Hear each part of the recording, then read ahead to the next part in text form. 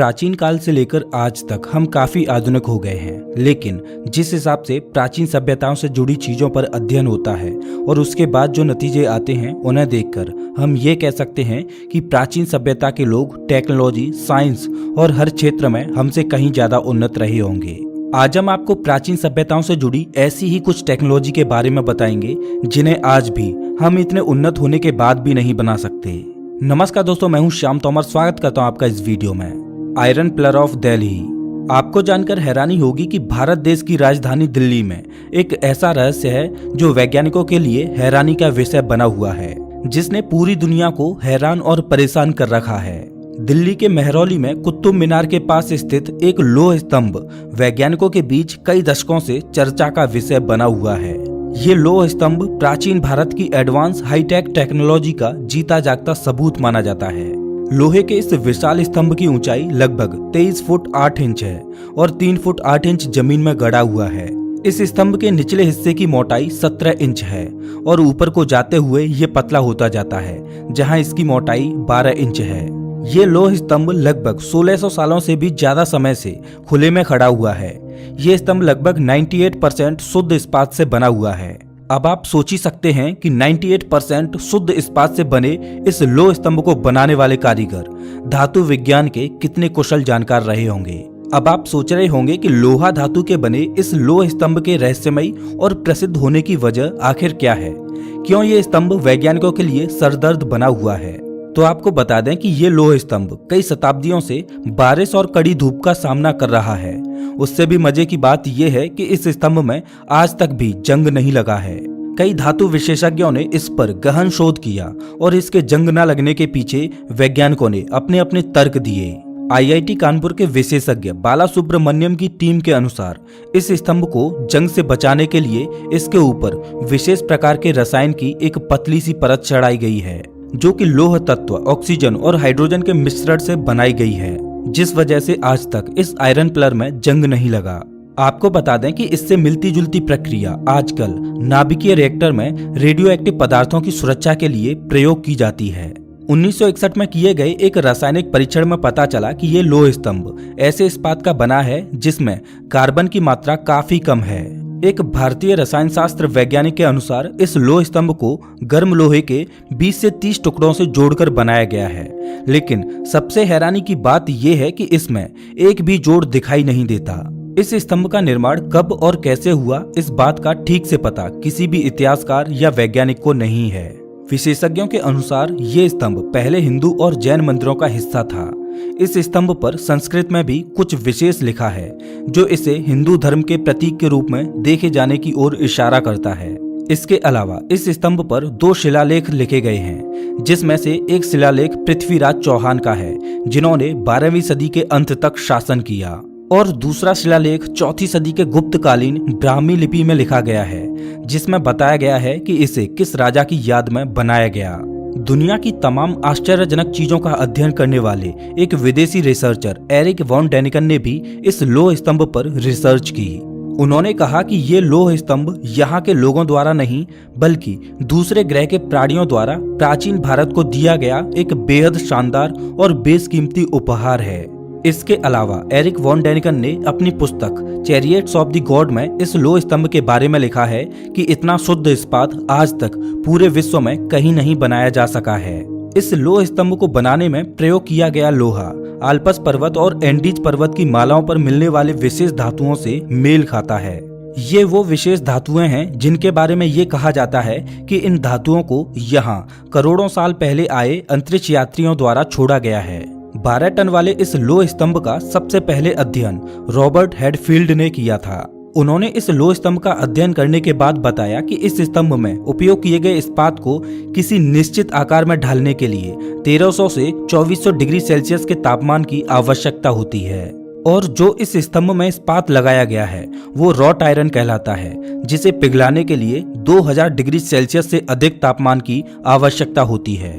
अब आश्चर्य की बात यह है कि उस समय में आज की ही तरह हाई टेम्परेचर की भट्टियां नहीं थीं, तो फिर इस स्तंभ को कैसे बनाया गया? खैर जो भी हो, एक बात तो सच है कि प्राचीन लोग आज के आधुनिक और विकसित लोगों से कहीं आगे थे। आयरन पिलर ऑफ दिल्ली प्राचीन सभ्यता द्वारा बनाया गया वो पिलर है जिसे आज के वैज्ञानिकों द्वारा बना पाना लगभग नामुमकिन है। अल नासला रॉक। सऊदी अरब में भी एक ऐसा ही रहस्य मौजूद है जिसे वैज्ञानिकों के लिए पूरी तरह से समझ पाना अभी मुश्किल हो रहा है। सऊदी अरब के अल नासला में एक ऐसी चट्टान है जो बीचों बीच से एकदम सीधी कटी है। इस चट्टान को अल नासला रॉक के नाम से जाना जाता है। अब आप सोच रहे होंगे कि इसमें क्या रहस्य वाली बात है, तो आपको बता दें कि ये चट्टान कोई छोटी मोटी चट्टान नहीं है, बल्कि ये 9 मीटर ऊंची और 7.6 मीटर चौड़ी एक विशाल चट्टान है जिसे एक सीध में बिल्कुल बीचों बीच से काट पाना असंभव है। यहाँ तक कि आज के आधुनिक युग में भी हम इंसानों के पास ऐसी कोई तकनीक मौजूद नहीं है जिसका इस्तेमाल करके ऐसे किसी पत्थर को एकदम बीच से बिल्कुल सीधा काटा जा सके। इसी बात को लेकर वैज्ञानिक इतने हैरान हैं कि ये रॉक इतनी बराबर कैसे कटी है। इस चट्टान को देखकर ऐसा लगता है कि जैसे इसे किसी ने लेजर बीम से सीधे सीधे एक धार में काट दिया हो। इस पत्थर को लेकर वैज्ञानिकों के बीच में एक राय नहीं बन पाई है और आम इंसान इसे एलियंस का करिश्मा ही बताते हैं। अगर बात करें एक्सपर्ट्स की तो वो कहते हैं कि इस तरह की किसी चट्टान का प्राकृतिक तरीके से कटना मुश्किल है। इस चट्टान पर कुछ विशेष प्रकार की आकृतियां भी बनी हुई हैं जो देखने में एक इंसान और एक घोड़ा जैसा लगता है। लेकिन सबसे खास बात यह है कि आखिर इसके बीच में ये दरार पड़ी कैसे। कई एक्सपर्ट्स ने तो यहाँ तक भी कहा है कि हो सकता है कि एलियंस के पास कोई ऐसी लेजर बीम रही होगी जिसके द्वारा इस चट्टान को काटा गया हो। इसका मतलब ये चट्टान हमें बताती है कि पहले की सभ्यता कितनी एडवांस रही होगी जो लेजर बीम जैसी टेक्नोलॉजी का इस्तेमाल करती थी। यूनिवर्सिटी ऑफ ब्रिस्टल के रिसर्चर चेरी लेविस का कहना है कि फ्रीज थॉ वेदरिंग की वजह से ये चट्टान 2 हिस्सों में कट सकती है। जब ये क्रिया होती है तो चट्टान के बीच में पानी चला जाता है और तापमान में कमी होने की वजह से पानी जम जाता है, जिसकी वजह से चट्टान फैलती चली जाती है। ये प्रक्रिया कोई एक दिन में नहीं होती, बल्कि ये प्रक्रिया हजारों सालों तक चलती रहती है, जिसकी वजह से चट्टान 2 भागों में बट जाती है। वहीं फिर भी चट्टान का इतना सटीक और सीधा कटा होना बेहद ही आश्चर्य की बात है। वहीं कुछ वैज्ञानिकों का मानना है कि प्राचीन सभ्यताओं में इंसानों ने कई अनोखे अनोखे अजूबे तैयार किए हैं, इसलिए इस बात से भी इनकार नहीं किया जा सकता है कि इसे भी इंसानों ने ही काटा होगा। बहरहाल जो भी हो, आज ये रहस्यमय पत्थर पर्यटकों के लिए एक पसंदीदा जगह बना हुआ है। अगर ये पत्थर सचमुच किसी सभ्यता द्वारा बनाया गया है तो ये उन पत्थरों में से एक है जिसे आज के आधुनिक युग में बना पाना बेहद ही मुश्किल है। Pyramid of Djoser. आज से करीब 4000 साल पहले इजिप्ट एक खूबसूरत शहर हुआ करता था। ये न केवल खूबसूरत था बल्कि ये अपनी कलाकृतियों के लिए विश्व भर में प्रसिद्ध था।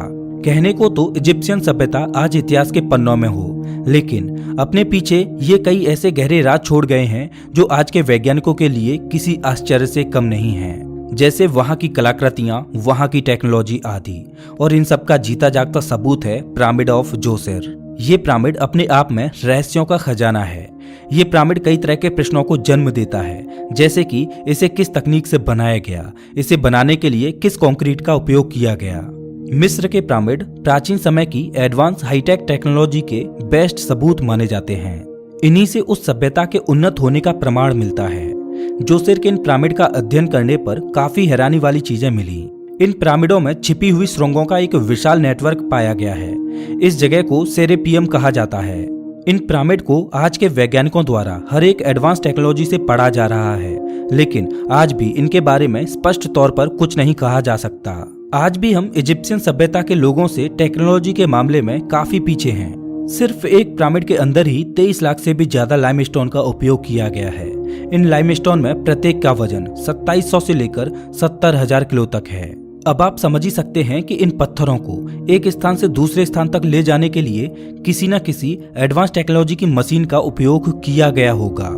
अब इतने भारी पत्थरों को एक जगह से दूसरी जगह तक ले जाकर और इतने सटीक तरीके से एक स्पष्ट संरचना में लगाकर पिरामिड का निर्माण करना बहुत बड़ी बात है। या हम कह सकते हैं कि ये किसी अजूबे से कम नहीं है, क्योंकि आज भी हम इतने एडवांस होते हुए भी ऐसा कारनामा नहीं कर सकते। मिस्र के लोग ऐसा कैसे कर पाते थे, ये आज तक कोई नहीं जान पाया। जो भी हो, लेकिन ये बड़ी बड़ी प्राचीन इमारतें ये बताती हैं कि आज की हमारी टेक्नोलॉजी उनकी टेक्नोलॉजी के सामने कुछ भी नहीं। दोस्तों आपको क्या लगता है कि क्या इस धरती पर हमसे पहले भी कोई उन्नत सभ्यता राज कर चुकी है? प्लीज कमेंट बॉक्स में जरूर बताएं। अगर आपको ये वीडियो अच्छा लगा हो तो इसे लाइक करें और ऐसे ही वीडियोज के लिए चैनल को सब्सक्राइब करें, साथ ही बेल आइकॉन दबाएं।